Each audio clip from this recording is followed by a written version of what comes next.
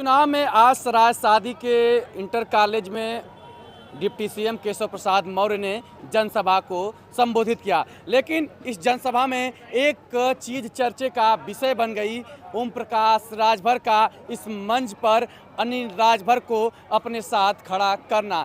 जी हाँ, ओम प्रकाश राजभर जब अपने भाषण का समापन कर रहे थे, वो उसके अंत में जितने राजभर जाति के नेता थे उनको मंच पर बारी बारी से खड़ा करने का प्रयास किए। पहले वह यहाँ के पूर्व विधायक विजय राजभर का नाम लेकर के खड़ा किए, उसके बाद पूर्व सांसद हरिनारायण राजभर को खड़ा किए, उसके बाद योगी सरकार में कैबिनेट मंत्री अनिल राजभर का। जब अनिल राजभर का नाम ओम प्रकाश राजभर ने लिया तो अनिल राजभर ने कई दफ़ा उठने से मना कर दिया, लेकिन ओम प्रकाश ने बार बार कह करके अनिल राजभर को मंच पर खड़ा कर दिया।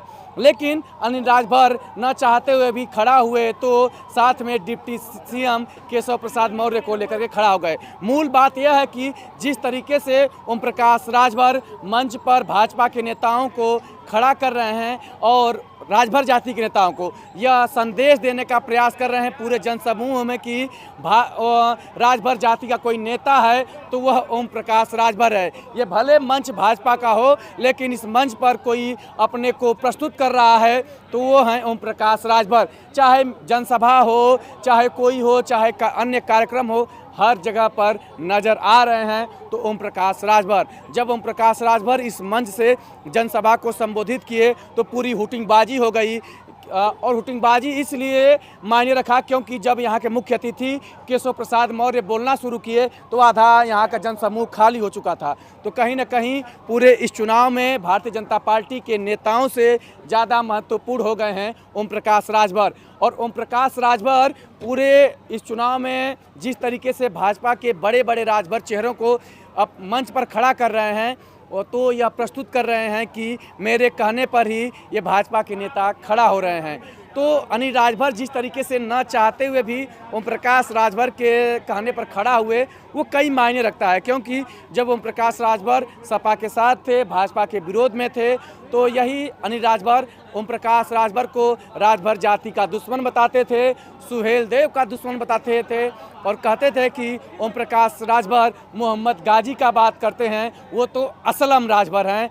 यानी कि जिस तरीके से अनिल राजभर ओम प्रकाश राजभर को पानी पी पी करके राजभर जाति का दुश्मन बताने का प्रयास करते थे, आज वही ओम प्रकाश राजभर अनिल राजभर को मंच पर खड़ा करवा रहे हैं और यह सिद्ध कर रहे हैं कि राजभरों का नेता मैं।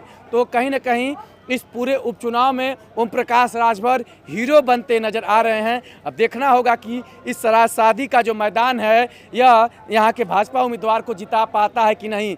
पिछली बार इसी सराय सादी के मैदान से एमपी के सीएम जो चौहान साहब हैं वो संबोधित किए थे, लेकिन भाजपा के उम्मीदवार विजय राजभर हार गए थे।